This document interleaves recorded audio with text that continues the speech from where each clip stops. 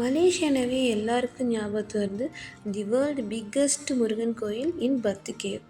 இங்கே நிறைய கோயிலுங்க இருக்குது. முருகன் கோயில், பெருமாள் கோயில், நிறைய கோயில்கள். இன்றைக்கி நான் சொல்ல போகிறது வந்து மாரத்தாண்டவர் முருகன் கோயில் பற்றி சொல்ல போகிறேங்க. இது எங்கே இருக்குன்னா மாரான்ற பிளேஸில் இருக்குது. இந்த கோயிலுக்குன்னு ஒரு ஹிஸ்ட்ரி இருக்குங்க. வாங்க பார்ப்போம். இந்த கோயில் வந்து மிக சக்தி வாய்ந்த கோயிலுங்க.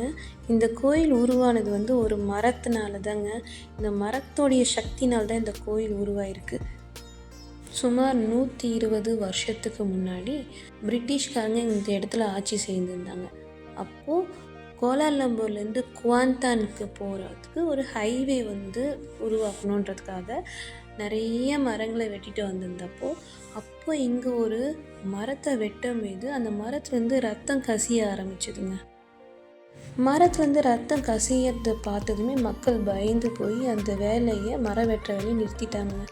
அங்கே வேலை செஞ்ச ஒரு தமிழருக்கு அருள்வாக்கு வந்து அந்த இடத்துல மரம் வெட்டக்கூடாது, அந்த இடத்துல ஒரு சித்தர் வந்து ஐக்கியமாய்க்கிறதாகவும் இந்த வேலையை வந்து வேறு இடத்துல ரோடு போட சொல்லி அவர் வந்து ஒரு அருள்வாக்கு சொன்னாங்க.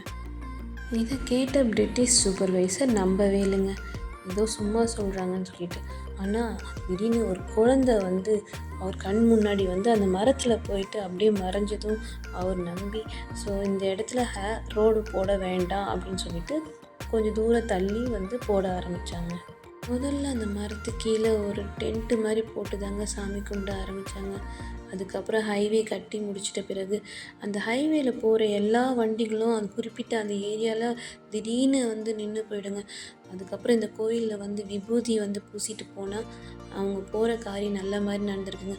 அப்படியே கொஞ்சம் கொஞ்சமாக இந்த கோயில் வந்து ஃபேமஸாக ஆச்சுங்க. இந்த முருகரோட பேர் வந்து மரத்தாண்டவர் பாலதண்டாயுதபாணிங்க. நிறைய பேருடைய வேண்டுதல் வந்து நிறைவேறியிருக்குங்க. முக்கியமாக சொல்ல போனால் குழந்தை வரம் கேட்டு வரவங்களுக்கு இந்த தொட்டில் கட்டுறவங்க கண்டிப்பாக வந்து குழந்தை பிறக்கும் என்று சொல்லப்படுதுங்க. அப்போ இருந்த அந்த மரம் இப்போ இல்லைங்க. அது வந்து ஒரு ருத்ராட்ச மரம்னு சொல்லப்படுது.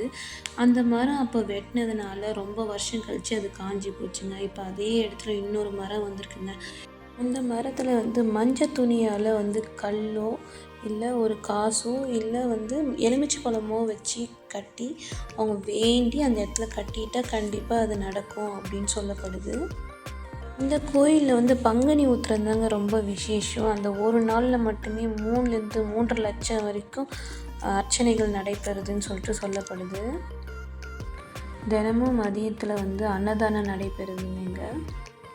இந்த கோயிலுக்கு வர முடியல அப்படின்னாலும் எங்கே இருந்தாலும் மனசார இந்த சாமியை நினச்சி வேண்டிடுங்க, கண்டிப்பாக உங்களோட வேண்டுதல் நிறைவேறுங்க. நாங்கள் போயிருந்தப்போ வந்து சாதாரணமான நாளில் தாங்க போயிருந்தோம். ஆனால் அந்த டைம்லேயும் வந்து எவ்வளோ பேர் வந்திருந்தாங்க இந்த கோயிலுக்கு. கிட்டத்தட்ட ஒரு 100 அர்ச்சனைக்கு மேலே நடந்திருக்குங்க.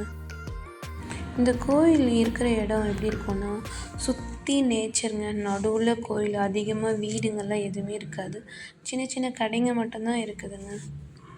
இங்கே நிறைய குழந்தைங்களுக்கு மொட்டை அடித்து காது குத்துறது இந்த மாதிரியான வேண்டுதல்களும் இங்கே நடைபெறுதுங்க. உங்களுக்கு இந்த வீடியோ பிடிச்சிருந்துச்சின்னா லைக் பண்ணுங்கள், ஷேர் பண்ணுங்கள், சப்ஸ்கிரைப் பண்ணுங்கள். தேங்க்யூ, பாய்.